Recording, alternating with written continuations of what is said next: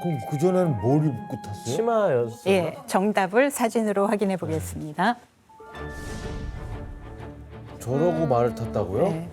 당시 여성들이 바지를 입는 건 금기에 가까운 일이었기 때문에 이 사진처럼 치마를 입고 두 다리를 한쪽으로 모은 채 비스듬히 앉아서 말을 타야 했습니다. 균형이 안 잡혀서 제대로 달릴 수도 없었죠. 그럼 샤넬의 스타일이 얼마나 남달랐는지 비교 사진을 하나 볼까요? 그치, 맞아요. 샤넬은 남성용 승마 바지를 고쳐서 자기 사이즈에 맞게 바지를 만들었던 겁니다.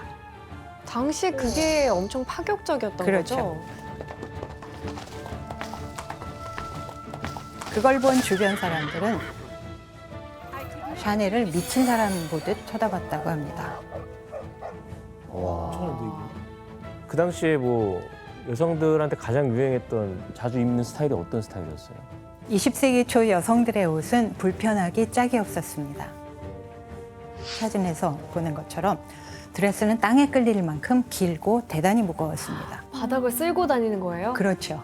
심지어 당시 유행했던 패션 가운데는 충격적인 것도 있었는데 무릎을 묶어요? 사진처럼 여성의 무릎을 꽉 조여서 제대로 걷지 못하게 만드는 겁니다. 와. 무엇보다도 가장 큰 문제는 가혹할 만큼 허리를 꽉 조이는 코르셋이었습니다.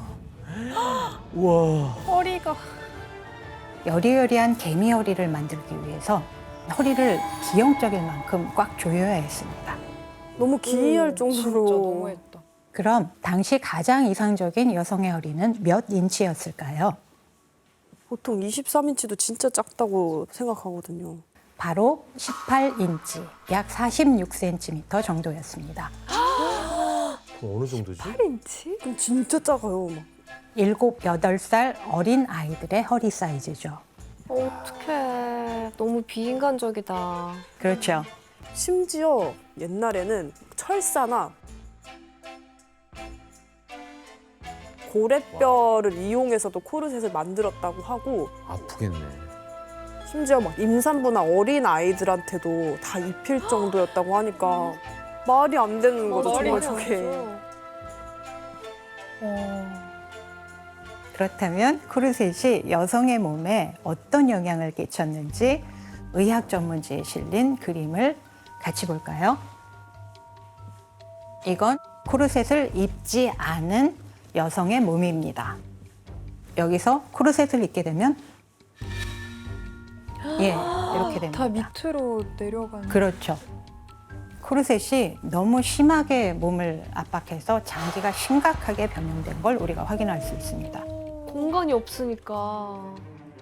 근데 현지 씨도 혹시 저 모델 활동하면서 코르셋 입어보신 적 있어요? 저도 이제 엄청 꽉 맞는 드레스를 입을 때 안에 코르셋을 입고 드레스를 입어본 적이 몇 번 있는데 사실 코르셋을 입을 때 저희가 숨을 다 내뱉던지 하고 꽉 조여야 되거든요. 그러면 호흡이 정말 여기서만 짧게 까딱까딱 왔다 갔다 하는 거예요.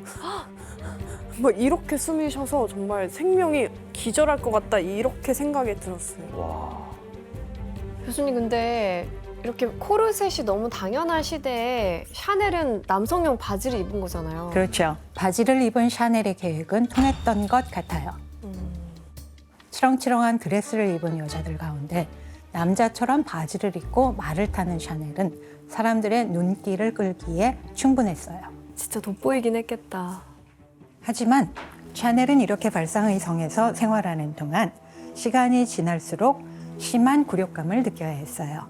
정식 디너 파티가 열릴 식당 대신 보이지 않는 곳에서 하인들과 식사를 해야 했거든요. 샤넬은 여전히 부유한 사람들 눈에는 촌스러운 하층민이었던 겁니다. 아, 그 안에서도 차별이 있나요? 그렇죠.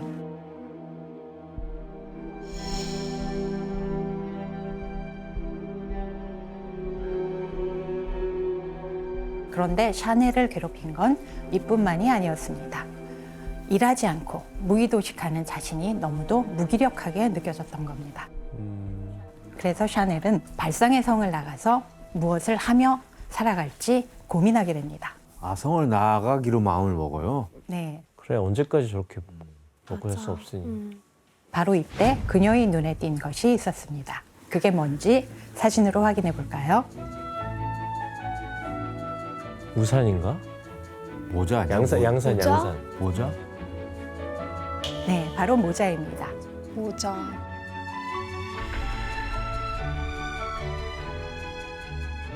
원래 화려한 가발을 쓰던 프랑스에서는 혁명 이후에 가발이 금지되면서 대신 모자를 쓰기 시작했습니다.